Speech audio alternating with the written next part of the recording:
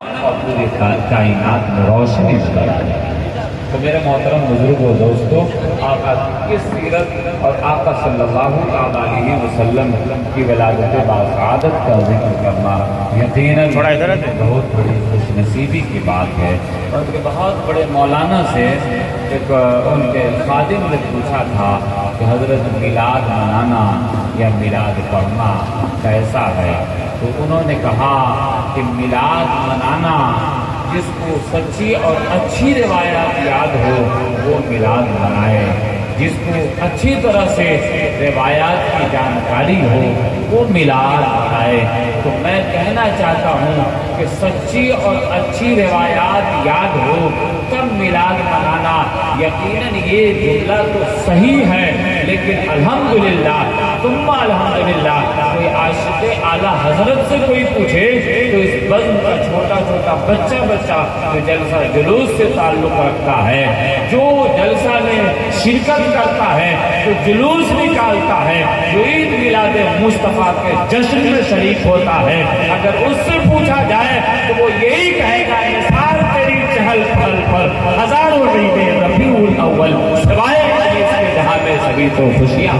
سبحان اللہ سبحان اللہ۔ منانا یہ کوئی نئی بات نہیں ہے، ہم تو میلاد مصطفیٰ ہی کی برکت سے آج جو دنیا کی رونق یا دنیا کی لذت اور دنیا کی نعمتوں سے آشنا ہو رہے ہیں، سب یہ میلاد مصطفیٰ کی برکت ہے۔ میرے محترم بزرگوں دوستوں، ابھی ضیاء صاحب نے بڑی اچھی شاعری کی، آقا صلی اللہ تعالیٰ علیہ وسلم کی چند سیرت پاک اور سیرت رسول اکرم کے گوشہ کو انہوں نے اجاگر کیا۔ مجھے یاد آ رہا ہے سیدنا صدیق اکبر رضی اللہ تعالیٰ عنہ حضرت عائشہ صدیقہ کے گھر تشریف لائیں آقا کے وصال کے 3 روز کے بعد، اور پوچھا عائشہ یہ بتاؤ نبی کونین صلی اللہ تعالیٰ علیہ وسلم کا کوئی ایسا عمل بتاؤ جو ابھی تک کے میرے عمل میں نہیں ہے۔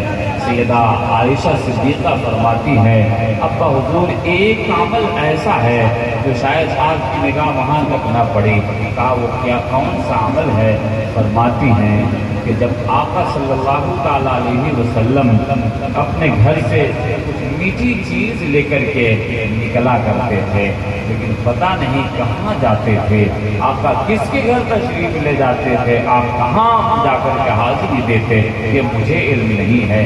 حضرت صدیق اکبر فرماتے عائشہ جس طرح سے آقا کونین سامان تیار کراتے تھے ویسا سامان تیار کرو، میں لے کر کے جاؤں گا انشاءاللہ العزیز، اللہ نے چاہا تو یقیناً اس منزل مقصود تک میری بھی حاضری اور پہنچ ہو جائے گی۔ سیدنا صدیق اکبر اپنے ہاتھ میں تشتری لے کر کے وہ میٹھی چیز کو لے کر کے نکلتے ہیں، آبادی سے نکلے، اور آبادی سے نکلنے کے بعد قدموں کے نشان کو ڈھونڈ رہے ہیں، اور کسی شاعر نے کیا خوب کہا ہے کہ خوشبو سے جان جاتے تھے اصحاب باصفا، سرکار کا قیام کہاں کس کے گھر میں ہے۔ نقش رسول کو پا کر کے صدیق اکبر چل رہے ہیں، نشان قدم کو دیکھ رہے ہیں اور آگے کی طرف اپنا سفر جاری رکھتے ہیں، یہاں تک کہ جنگل کو آپ نے پار کیا، بالکل بیابان جنگل میں آپ پہنچتے ہیں، کیڑے مکوڑے کا ڈر بھی ہے، لیکن صدیق اکبر نے ٹھان لی ہے کہ آقا کہاں تک جاتے تھے، کہیں ایسا نہ ہو آقا کا یہ عمل اس عاشق سے چھوٹ جائے اور یہ میں گوارا نہیں کر سکتا، اس لیے میں وہاں تک پہنچوں گا، آقا کی محبت میں آقا کی سنت میں عمل کروں گا۔ اور چلتے چلتے وہاں جب پہنچتے ہیں ایک بیابان جنگل میں دیکھا کہ ایک آدمی ہے جو آنکھوں سے نابینا ہے، معذور شخص ہے جو انتظار میں ہے کہ مجھے آ کر کے کھانا کھلائے گا، قدموں کی آہٹ سنا ہے، سمجھ گئے کہ وہ 2-3 دنوں کے بعد آ رہا ہے، غصے سے لال قلعہ بنا ہوا ہے، لیکن اسے معلوم نہیں کہ 3 روز قبل جو آیا تھا وہ کوئی اور تھا، آج آنے والا جو آیا ہے آج پہلی بار آیا ہے۔ سیدنا صدیق اکبر سمجھ گئے کہ ہمارے آقا پوری کائنات کے آقا، غریبوں کے غمگسار، نائب پروردگار यही आया करते थे और इसकी भूख को मिटाया करते थे।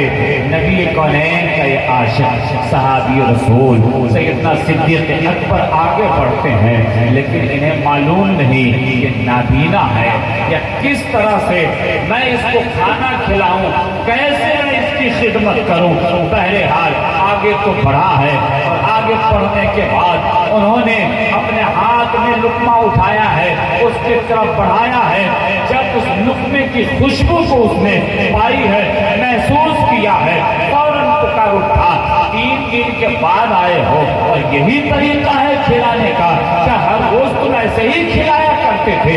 सिद्दीक़ अकबर परेशान हो गए, आखिर क्या बात है, अंदाज क्या था। नबी कौनैन के ये आशिक, नबी कौनैन के ये सहाबी खड़े हैं। बहरहाल किसी तरह से उसको मना करके खाना तो खिलाया है, खाना खिलाया तो लज्जत उसे कल परसों की तरह उसे महसूस न हुई। उसने अपने मुंह से उस लुक़मे को बाहर किया। क्या मतलब, क्या तुम दूसरे आदमी हो, क्या तुम वो नहीं हो जो लगातार आकर के मुझको खाना कई बरसों या कई दिनों से खिला रहे हो। हज़रत सिद्दीक़ अकबर की आंखों में आंसू के कतरे जारी हो गए। कहा नहीं, मैं तो दूसरा आदमी हूँ। कहा वो कौन थे जो आया करते थे, वो आने वाला कहाँ है, क्या वो बीमार हो गया है, क्या उसकी तबीयत अलील हो गई है, क्या उसे किसी मजबूरी ने रोक रखा है, क्या उसे किसी परेशानी ने उसके कदमों को जकड़ दिया है। सिद्दीक़ अकबर फरमाते हैं नहीं नहीं, उन्हें किसी परेशानी ने तो नहीं रोका है, अलबत्ता ये है कि आप बज़ाहिर विसाल फरमा गए, आप बज़ाहिर दुनिया में ना रहे। आक़ा कौनैन सल्लल्लाहु तआला अलैहि वसल्लम का विसाल हो चुका है। सिद्दीक़ अकबर की इस गुफ्तगू पर वो मासूर शख्स कहता है, अच्छा उनका नाम क्या था। कहा सुनो, मैं उनका चाहने वाला हूँ, मैं उनका गुलाम हूँ। मुझे अब पता चला है, 3 दिनों के बाद मुझे मालूम चला है, क्या कौन है इस रास्ता से गुजरते थे और यहाँ तक पहुँचते थे। मैं उनका खादिम हूँ, मैं उनका चाहने वाला हूँ, मैं उनका आशिक हूँ। आका तो हमारे वो थे, उनका नाम मोहम्मद इब्न अब्दुल्ला था, वो हमारे नबी थे, वो पूरी कायनात के रसूल थे। इतना कहना था, वो मुसलमान नहीं था, इस्लाम का चाहने वाला नहीं था, लेकिन सिद्दीक़ अकबर की इस गुफ्तगू पर कहता सुनो, खाना बाद में खिलाना। जब उसके गुलामों का ही आलम है तो उसके आका का आलम क्या रहा होगा। सुनो, मुझको खाना बाद में खिलाना। मैंने तेरे रसूल पर कलमा नहीं पढ़ा और उन्होंने भी कभी भी मुझको कलमा पढ़ने के लिए इसरार नहीं किया है, खिदमत तो उन्होंने इतनी की है। सुनो, पहले अब कलमा पढ़ा करके मुशर्रफ इस्लाम कर दो, ताकि मैं तुम्हारे नबी का कलमा भी पढ़ लूँ, खाना खलीफा बने और आपने खिलाफत बहुत अच्छी तरह से निभाई। आपके दौर में हजरत सिद्दीक़ अकबर ने जितने भी उस मक्का मदीना के यतीमा मसाकीन, फकीर फुकरा गुरबा मसाकीन, उन सब की एक रजिस्टर तैयार की, ज़रूरतमंदों की रजिस्टर तैयार की और उस रजिस्टर में सबका नाम दर्ज किया गया। सहाबा फख्र महसूस करते कि मेरा नाम आ जाए ताकि मैं उनके यहाँ जाकर के खिदमत करूँ, उनके यहाँ जाकर के झाड़ू पोछा करूँ, मैं उनके बाजार से सामान ला करके दूँ। एक बेवा था जिसके नाम के सामने किसी भी खादिम का नाम न था। हजरत उमर इब्न खत्ताब एक दिन रजिस्टर को पलट करके देख रहे थे, देखा कि बेवा का नाम है लेकिन खादिम का नाम नहीं लिखा है। आपने सोचा मैं अपना नाम लिख लेता हूँ, अच्छी तरह रहने दिया जाए, लेकिन मैं कल उसके घर पहुँच करके उसकी खिदमत करूँगा। सैयदना उमर फारूक रज़ियल्लाहु ताला अन्हु उस बेवा के घर आज सुबह सुबह पहुँचते हैं। कुंडली खटखटाई, आवाज आई, कौन? कहा मैं खत्ताब का बेटा उमर हूँ। कहा बात क्या है? आपकी खिदमत के लिए आया हूँ। घर में किसी सामान की हाजत हो, कोई जरूरत हो तो बोले, मैं बाजार से लाता हूँ। कोई खिदमत लेनी हो तो आप बताएं, मैं तैयार हूँ खिदमत करने के लिए। देवा कहती है नहीं, ये खादिम आता है वो खिदमत करके चला जाता है, जरूरत नहीं है दूसरे खादिम की। कहा ठीक है, फिर कल मैं आऊँगा।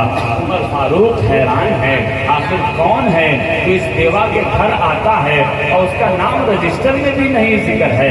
का ठीक है, आज मैं कल से मैं आज पहले जाऊंगा। और हजरत उमर फारूक रज़ी अल्लाह ताला अन्हु कल के बनिस्बत आज पहले चले आए। आज आए हैं, फिर कुंडली खटखटाई, कहा कौन? कहा मैं खत्ताब का बेटा उमर हूँ। कहा क्या बात है? कहा मैं आपका खादिम बन करके आया हूँ। बेवा कहती है आने की जरूरत नहीं, मैंने आपको कहा ना एक खादिम आता है। और उस खादिम का नाम क्या है? कहा मैंने पूछा नहीं है, पूछ करके कल बताऊंगी उस खादिम का नाम क्या है। सैयदना उमर फारूक अपने दिल में इरादा कर लिया, तहैया कर लिया है कि कल मैं सबसे पहले आऊंगा, आज और कल के बनिस्बत और सवेरे आऊंगा और ज्यादा सुबह को आऊंगा। हजरत उमर इब्न खत्ताब आज फजर से पहले ही हाजिरी देते हैं और आते हैं, कुंडली खटखटाई, आवाज आई, बेवा ने आवाज लगाई, कौन? का मैं आपका खादिम बन करके आया हूँ, लगातार दूर उससे वापस जा रहा हूँ, आज तो कोई खिदमत का काम, आप खिदमत तो बताएं, मैं उसके लिए हाजिर हूँ। बेवा अर्ज करती है कि जरूरत नहीं है, एक खादिम आता है। आप हजरत अबू बकर सिद्दीक रज़ी अल्लाह ताला अन्हु इत्तफाक से उसी घर में थे। आप फरमाते हैं बाहर निकले, कहा कौन है आप? कहा आप कौन हो? कहा मैं खत्ताब का बेटा उमर हो। अब सिद्दीक़ अकबर फरमाते हैं अगर तुम खत्ताब के बेटा उमर हो तो सुनो, मैं भी कुहाफा का बेटा अबू बकर हूँ। का खलीफा आप किस वक्त आते हैं? कहा अभी अभी मैं भी आया हूँ। हजरत उमर इब्न खत्ताब ने देखा कि हजरत अबू बकर सिद्दीक ये खलीफतुल मुस्लिमीन हैं, ये खलीफा हैं, लेकिन बड़ा जल्दी जल्दी चलने की वजह कर या जल्दबाजी में कहीं ऐसा तो ना हो कि इनकी चप्पल या जूती बाहर वहीं छूट गई। आपने सवाल कर दिया क्या खलीफा ये तो बताएं, वक्त को पकड़ने के लिए, वक्त पर पहुंचने के लिए आपने तेज कदम बढ़ाया और चप्पल और जूते को वहीं छोड़ दी। हजरत अबू बकर सिद्दीक फरमाते हैं नहीं उमर नहीं, मैंने बिलकस्त अपने नालैन को वहां छोड़ करके आया है। कहा क्यों? कहा इसलिए छोड़ करके आया हूँ कि मखलूक खुदा के इस वक्त आराम करने का वक्त है। न जाने कौन बीमार शख्स है जो अपने घर में आराम कर रहा है, सोया होगा, उसकी नींद में खलल पड़ेगी। अगर मैं जूते चप्पल पहन करके कि सुबह की सफेदी नमूदार होने से पहले, फजर की आजान से पहले मैं अपनी नेकियां की जंबील, अपनी नेकियों की जंबील को बावजन करने के लिए जा रहा हूँ, अगर मैं कदमों को तेज बढ़ाऊंगा जूते चप्पल की आवाज से दूसरों की नींद खराब होगी। मैंने ये गवारा नहीं किया, मैंने पसंद किया है कि यहाँ की मिट्टी, यहाँ की कंकरिया मेरे तलवे नाज को जख्मी करके मैं गवारा कर लूंगा, लेकिन मखलूक खुदा को तकलीफ हो जाए ये न तो मेरे रसूल को पसंद है न सिद्दीक़ अकबर को पसंद है। सुनो मैंने ये किया अपने लिए की है, मखलूक खुदा को मैं क्यों कर परेशान करूं? इसलिए मैंने जूता और चप्पल को बिल्कुल उतार दिया है। मैं अपनी नेकियों की बढ़ोतरी के लिए ये काम कर रहा हूँ।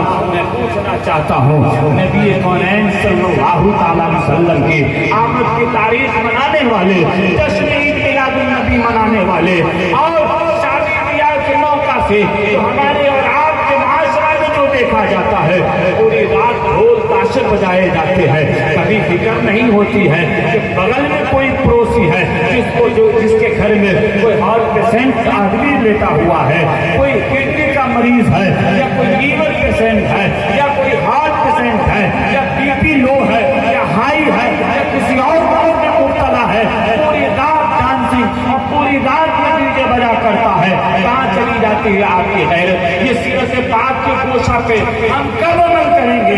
जरूरत इस बात की है कि जश्न ईद मिलादुन नबी मनाया जाए, यकीनन मनाया जाए, लेकिन इसमें दूसरों का ख्याल भी रखा जाए। शादी ब्याह के मौका से ये खुराफात जो होते हैं उन सबका सद्भाव किया जाए, आका के सीरत का प्रचार किया जाए, आका के सीरत के अमल किया जाए। इसी में हमारी दुनिया में भी कामयाबी है, हमारी आखिरत। हज़रात वो की तकमील होती है, क्योंकि मेरे पास उलमाए किराम की